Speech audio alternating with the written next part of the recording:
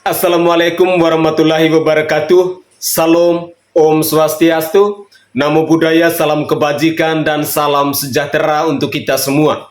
Saudaraku sebangsa dan setanah air, para penonton kanal YouTubeku yang sangat saya hormati dan sangat saya cintai. Berawal dari persoalan sapi kurban, pada akhirnya Mbak Dewi Persik beramai-ramai orang menghujatnya.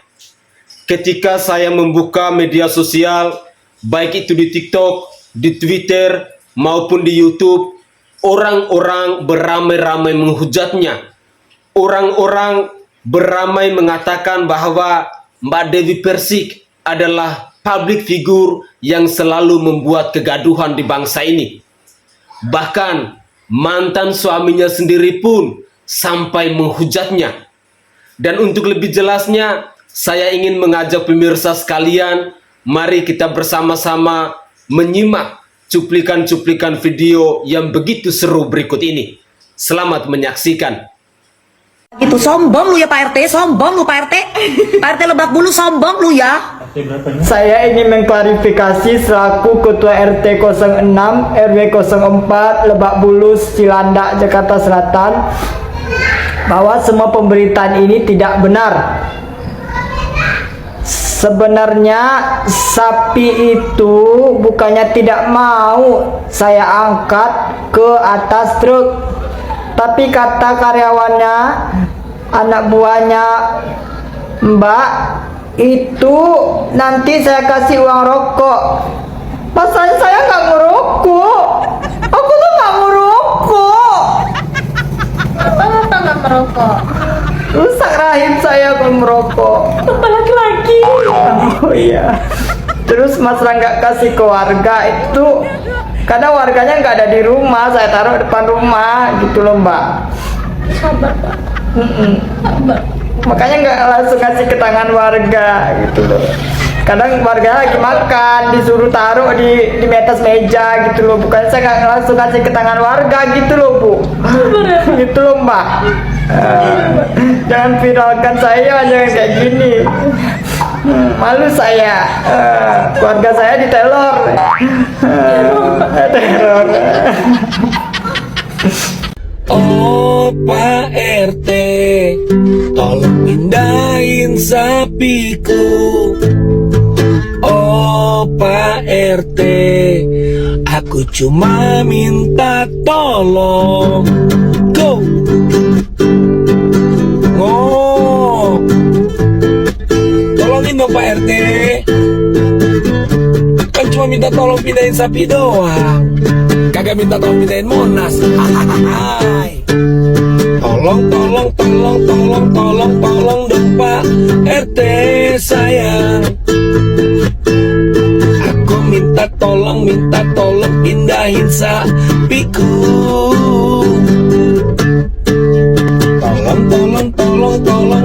Tolong dong Pak RT sayang. Aku minta tolong pindahin sapiku. Yo semuanya. Oh Pak RT, tolong pindahin sapiku. Oh Pak RT, aku cuma minta tolong. Oh Pak RT, tolong pindahin sapiku. Oh Pak RT, aku cuma minta tolong. Tolong dong Pak RT sayang. Aku minta tolong pindahin sapiku. Yo semuanya. Oh Pak RT, tolong pindahin sapiku. Oh Pak RT, aku cuma minta tolong. Oh Pak RT, tolong pindahin sapiku. Oh Pak RT, aku cuma minta tolong. Na na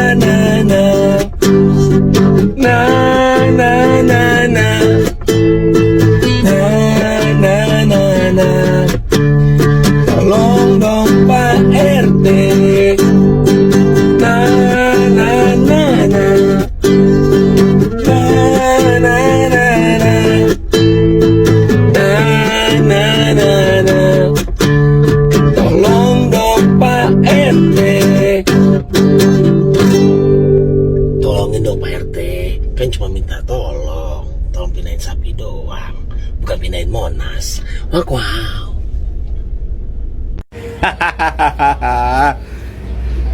Aduh ya Allah, teman. Jadi begini, bagaimana bangsa ini akan menjadi bangsa demokrasi yang berbudaya tinggi, berakhlak mulia. Cuman gara-gara sapi saja itu menjadi berita nasional. Anda bisa bayangin, hanya gara-gara sapi itu menjadi berita nasional yang heboh sampai kemana-mana, sampai mengalahkan berita-berita prestasi tentang anak-anak bangsa yang luar biasa. Kalau kita pengen maju, yuk kita kurangi hal-hal seperti ini. Lihat yang punya sapi sampai emosi-emosi seperti itu, ya kan? Ya mungkin hanya terjadi kesalahpahaman, apapun itu. Kalau diselesaikan dengan cara emosi, ditanggapi dengan cara emosi,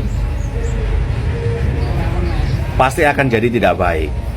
Budaya bangsa kita ini adalah budaya musyawarah gitu loh. Kalau zaman dahulu kita ada apa-apa masalah itu datengin, ya kan, klarifikasi dengan baik-baik, bukan langsung nerocos di medsos, bam gitu. Justru jadinya tidak baik. Harusnya orang-orang yang sudah terkenal, orang-orang yang menjadi public figure, itu menjadi contoh bagi peradaban mulia bangsa ini. Teman-teman, yuk kurangi hal-hal seperti ini ya. Mbak Dewi Persik sama Pak RT ada apa sih? Saya cuma bilang, Bapak, bisa nggak Bapak tidak emosi, Pak? Bapak ini kan RT gitu loh. Kami ini warga, otomatis kami itu anak. Bapak itu adalah Bapak kita. Nama ini memang tidak salah ya, jika ada istilah ada korban perasaan. Saya yakin semua orang yang berkorban, yang jadi panitia korban, pasti mengalami ini. Ada pelajaran berharga tentang keikhlasan dan menurunkan ego. Mbak Dewi membayangkan bahwa sapi korbannya bisa dinikmati, bahkan pada banyak orang di kampung, dan membuat orang-orang itu bahagia.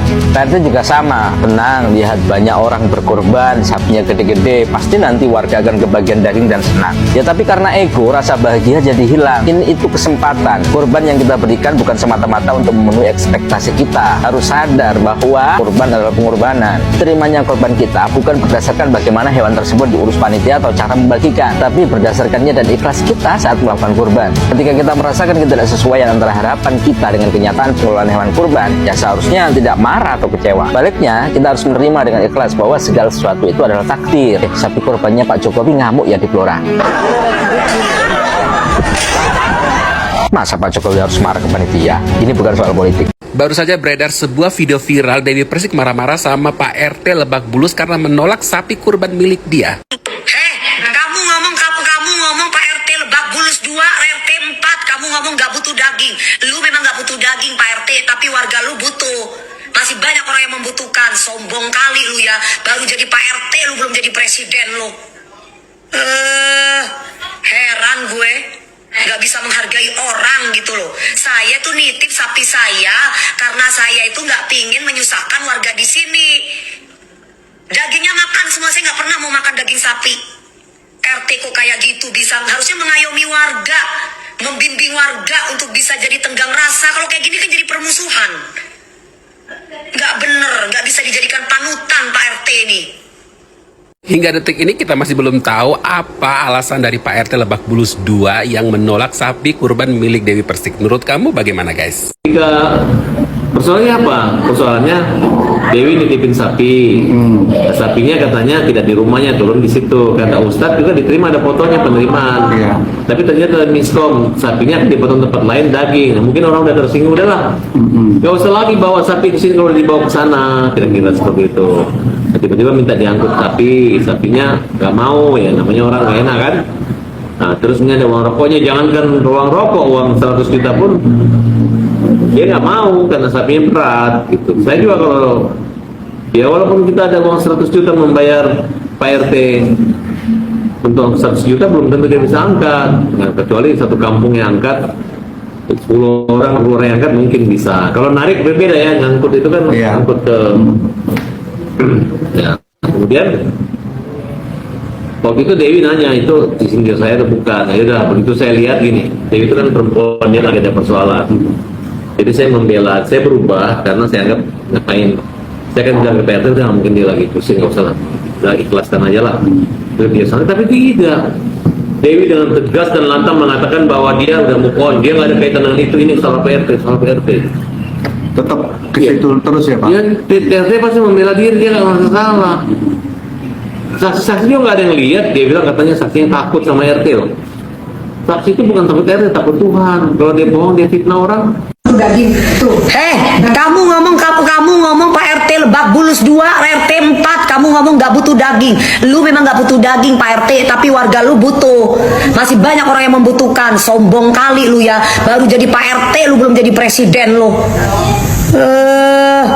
Heran gue, nggak bisa menghargai orang gitu loh. Saya tuh nitip sapi saya karena saya itu nggak pingin menyusahkan warga di sini. Mbak DP, Mbok ya sudahi saja playing victimmu, arogansimu, dan rasa ingin menang sendirimu itu. Apalagi dalam bersitegang dengan Pak Ustadz dan Pak RT di RT 06 komplekmu itu. Apa yo ora iman? Sayang loh Mbak, kalau sampai masalah sapi ini, sapi untuk korban, dan masalahmu dengan Pak RT ini berlarut-larut, dan Anda tidak segera minta maaf, perjuanganmu selama ini dalam membangun karir, membesarkan namamu, kemudian mendapat label wanita terhormatmu itu akan ambiar loh Mbak. Gitu loh. Jadi sebagai pengamat perilaku selebritis dan hiburan Indonesia, saya punya 2 saran jernih untukmu Mbak DP. Semoga bisa nyampe dan bisa diterima. Yang pertama, segera minta maaf kepada Pak RT, Pak Ustadz, dan warga di komplek itu. Karena permintaan maafmu itu justru menaikkan rasa respect masyarakat kepadamu. Juga justru bisa memperbaiki kesan miring terhadapmu yang lumayan dianggap arogan itu. Oke? Nah, saran kedua, segera temui konsultan psikologis atau psikiater atau pembimbing kejiwaan, pembimbing kolbu. Demi apa? Agar Mbak DP bisa mengendalikan amarah, arogansi, ingin menang sendiri, rasa altruisme terhadap diri sendiri, gitu loh. Sayang Mbak, saya sarankan ini karena jujur, menurut pengamatan saya, Indonesia masih tetap butuh Dewi Persik. Maksud saya dunia entertainment, dunia hiburan Indonesia tetap butuh skill dan multi talentanya Dewi Persik. Namun jujur tidak butuh arogansinya serta mau menang sendirinya itu.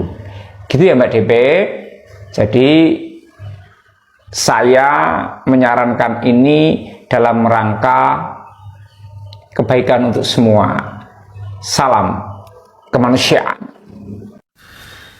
Kali ini kita belajar dari kasusnya Dewi Persik yang kemudian koar-koar kesana kemari sampai dikutip berbagai media mainstream, yang kemudian kutipan awalnya itu menyudutkan Pak RT, dan kemudian ketika kemarin dimediasi saya mengikuti videonya dan kemudian koar-koarnya Dewi Persik semakin menunjukkan siapa yang benar, siapa yang salah, dan karakternya seperti apa. Jadi bagi saya pribadi, mediasi itu adalah sebuah tools atau cara bagaimana orang itu mendengarkan satu sama lain, kemudian mengklarifikasi apa yang kemudian jadi permasalahan utamanya. Tapi di situ justru kita melihat bagaimana Dewi Persik selalu membuat atau menjadikan dirinya seperti mendominasi dan kemudian arogan gitu ya. Saya bisa menilai itu karena dia tidak punya itikat baik untuk mendengarkan apa yang disampaikan oleh pihak Pak RT dan mediator. Kemudian dia selalu memotong di tengah pembicaraan dan seolah-olah ingin menunjukkan powernya dia sebagai public figure. Yang notabene sebetulnya gitu ya, dalam konteks ini bagi saya pribadi ini sudah mengkonfirmasi dan menguatkan bagaimana karakteristik Dewi Persik sesungguhnya. Oke, misalkan ada yang bilang, jangan nilai hanya sebagian dong, lihat bagaimana proses dan sebagainya. Tapi dalam konteks ini saya bersuara karena notabene ini adalah momentum Idul Adha yang kemudian klarifikasi demi klarifikasi oleh pihak Pak RT dan warga juga menunjukkan bagaimana penerimaan Pak RT yang begitu baik. Ya, kalau ditolak nggak mungkin sapinya sudah diterima, diijab kabulkan, kemudian sudah diberi makan walaupun sebentar, kemudian setelah selang 15 menit pengakuan dari yang menjaga sapi itu dia bilang mau diambil lagi gitu kan. Itu yang membuat bingung. Ditambah keluar-keluarnya Dewi Persik ada kalimat yang kemudian mau dipotong di sahabat Ganjar. Kita tidak pernah mempermasalahkan siapa mau dukung siapa, tapi dalam konteks ini sangat disayangkan kemudian terlalu arogan dan menyerang Pak RT. Sementara Pak RT dan warga itu sangat welcome, sangat menerima dengan baik. Jadi pada intinya teman-teman kita belajar bahwa public figure atau orang yang kemudian seolah baik di depan kaca media gitu ya, tidak selamanya itu mengkonfirmasi perilaku yang sebenarnya. Jadi setiap orang itu punya persona, maka harus hati-hati, dan hari ini kita bisa menilai Pak RT jauh lebih punya karakter yang baik. Terima kasih. Jadi naon? saya itu kan beli sapi. Terus? Sapinya itu tidak saya kasih alamat saya. Nah tuh. Karena saya tidak mau kasih alamat saya ceritanya. Terus kumaha? Jadi alamatnya saya kasih ke Pak Ustadz yang ada di Lebak Bulus, di tempat saya. Terus? Kemudian saya titipin Pak sekaligus di list orang-orang yang membutuhkan untuk orang-orang yang nggak mampu di Lebak Bulus siapa aja. Saya mau kasih sapi. Terus? Kemudian Pak Ustadznya bilang, kumaha cenah? kalau untuk pemotongan sapi Bu, di sini harganya 700 sampai 1 juta untuk pemotongan sapi. Nah, terus eta maneh kumaha? Nah, kemudian saya bilang, Pak, nggak usah dipotong. Saya bilang sama RT saya, Mbak, nggak usah dipotong di sana karena kita ada teman-teman teman-teman relawan dari Ganjar pingin dipotongin sapinya, tinggal kita kasih ke warga setempat. Nanti saya akan datang ke rumah satu persatu orang-orang ceritanya. Ringes gitu kumaha? Habis itu Pak RT-nya ngamuk. Ngomong naon si RT-na? Dia bilang sama RT saya, sama security saya, bilangnya gini, kumaha cik aing ngadenge? Kita tidak butuh daging. Ya terus Warga kita tidak butuh daging. Ngomong begitu, kita tidak butuh daging. Maneh teh dikeun ka saha tuh? Saya bukan mau ngasih sama Pak RT. Saya tahu Pak RT itu mampu dan kaya raya. Terus deh ka saha? Saya mau kasih buat warga Lebak Bulus yang membutuhkan, Pak. Terus cek RT-na kumaha? Pak RT-nya ngamuk. Wah kahayang Dewi. Namun bere batok sapi. Tah batok me. Wah kahayang RT gitu mah. Aing ribet. Bapak jangan marah-marah. Terus orang lain gak boleh marah. Yang boleh elum-luluk gitu. Ya Allah. Ini perempuan satu ini memang nomor satu kalau untuk masalah ribut ya, masalah berantem ya, nomor satu memang juaranya lo gue lihat. Kan orang lain gak boleh marah-marah, harusnya dia doang yang boleh marah-marah sama orang. Aduh Mbak, istighfar ya kan, nggak boleh begitu. Kalaupun ada permasalahan bicarakan dengan baik-baik ya, gitu loh. Masa iya sih Pak RT juga seorang manusia biasa ya kan, punya hilap, punya emosi kayak ente. Perasaan Pak RT baik-baik aja, ngomongnya slow baik ya kan. Udahlah Pak RT yang waras ngalah, biar kena orang gila yang berkuasa di dunia ini. Paham ya guys? Jadi memang tabiatnya dia seperti itu. Dulu juga pernah ribut sama temen saya, notabene yang TikToker itu ya, yang M itu Mami M tuh, Ibu M. Itu waktu berdamai baik-baik aja, padahal di belakang itu bahasa dia itu kotor banget loh katanya. Karena orangnya cerita sama saya, bahasa jorok-jorok, bahasa kelamin, bahasa ya pokoknya yang nggak pantas diucapkan oleh seorang public figure tuh keluar semua dari mulutnya. Jadi waktu berdamai itu segitu, di belakangnya lebih parah loh katanya, karena nggak di up aja gitu. Jadi sangat miris ya, bangun tidur dari kemarin tuh Viti dia marah-marah mulu ya kan, ngeributin kurban. Ya mohon maaf ya kan, yang kurban lebih banyak aja perasaan slow baik ya kan, gitu loh. Kalaupun ada permasalahan ya bicara baik-baik aja lah ya kan, apa sih yang diributin gitu loh. Saya yakin Pak RT juga mau berdamai gitu, mau memahami ada kesalahpahaman mungkin barangkali di situ, cuman cara orang itu sebetulnya cuma cara doang kok ya kan, cara menyikapi permasalahan itu seperti apa dengan harus selalu dengan emosi, harus selalu dengan marah-marah terus merasa lu paling hebat, lu pasti menang ya kan. Netizen Indonesia itu udah pinter-pinter, tau gak lo siapa lu, siapa Pak RT, dan siapa yang diajak ribut sama lu yang lalu-lalu gitu loh ya. Jadi terkadang aduh ya begitulah, kita sangat menyayangkan seorang public figure sampai naik-naik apa ya, dia waktu marah itu saya lihat di video dan berdiri naik apa itu sangat disayangkan gitu, ngeributin apa sih ya kan. Kalau Bunda bilang sih itu cuma kesalahpahaman sedikit aja ya kan, bicarakan dengan baik-baik, apalagi kan ada aparatur pemerintahan ya yang harus juga dihormatin di situ kan, untuk menjadi apa namanya penengah. Kalau seperti itu sama sekali tidak menghargai orang-orang yang ada di situ, maksudnya orang-orang yang untuk menjadi penengah kan begitu dong. Kalau memang masih ribut ya ribut aja sendiri gitu loh ya kan, di medsos lu nyap-nyap gitu loh ya kan. Ini udah ada penengah, ada apa namanya Pak Ustadz dan lain sebagainya, itu kan orang-orang yang harus dihormati, tapi bicara nadanya tinggi terus. Ente siapa ya kan. Di tempat itu ternyata ini akibat dari orang yang tidak bisa menjaga mulut dan main pro, serta yang pertama biasanya orang seperti itu egonya tinggi, mentang-mentang paling wah, mentang-mentang menjadi public figure, untung ada saya sering sodakoh. Nggak boleh digituin, nggak boleh, biasa aja lah.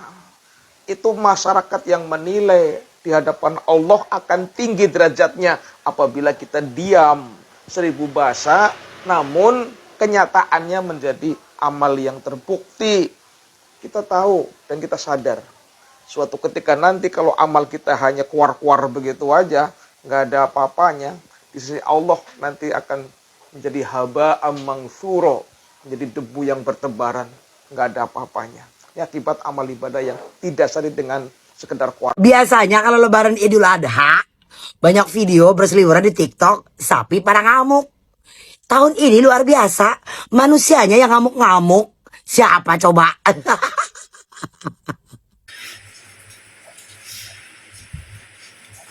Oke guys, Assalamualaikum warahmatullahi wabarakatuh. Salam, Om Swastiastu, Namo Buddhaya, dan salam kebajikan untuk kita semua.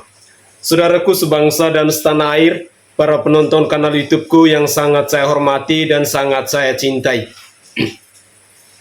Dalam muatan video tadi, kita sudah menyimak bersama-sama bagaimana kecaman-kecaman, bagaimana tanggapan-tanggapan dari netizen terhadap kasus yang dialami oleh Mbak Dewi Persik ini. Saya secara pribadi menilai bahwa kasus ini berawal karena keegoan kita. Pribadi kita terlalu egois. Kita tidak mau merendahkan diri kita, kita tidak mau merendahkan diri kita dengan cara memohon maaf kepada orang lain apabila ada bahasa dan tutur kata kita yang salah. Tetapi saya memperhatikan Dewi Persik ini dia benar-benar bersikukuh. Dia bersikap keras, seolah-olah apa yang dia lakukan itu paling benar dan Pak RT lah yang selalu dikorbankan. Dia menganggap bahwa dirinya sudah paling hebat. Ingat ya, di atas langit itu masih ada langit. Apalagi Anda adalah seorang public figure. Tidak bagus kita menunjukkan kesombongan kita. Tidak bagus kita selalu membuat diri kita seolah-olah pribadi yang paling hebat. Saya sebagai rakyat jelata hanya bisa mengatakan bahwa cara-cara seperti ini adalah cara-cara yang tidak patut dan tidak layak untuk ditiru atau dicontohi oleh masyarakat. Karena masyarakat Indonesia sudah dididik, sudah dilatih dengan cara musyawarah untuk mufakat. Itu adalah poin penting. Sehingga dari kasusnya Mbak DP ini, alangkah eloknya kita harus bisa merendahkan hati kita untuk memohon maaf, untuk mengampuni sesama. Masa sih persoalan seekor sapi sampai viral ke seluruh pelosok negeri? Masa sih hanya gara-gara sapi kurban 1 ekor yang mungkin dagingnya bagi 1 kampung tidak cukup, kok bisa viral sampai 1 kampung? Beda kasusnya kalau Dewi Persik menyumbang 100 ekor sapi. Ini loh cuma seekor sapi saja, tapi kok sampai heboh di seluruh pelosok negeri ini. Sekali lagi saya mengajak kepada pemirsa sekalian, mari kita pelajari dari kasusnya Dewi Persik ini. Saya mau katakan bahwa gunakanlah ilmu padi. Semakin berisi, semakin merunduk. Itu jauh lebih terhormat. Itu jauh lebih mulia.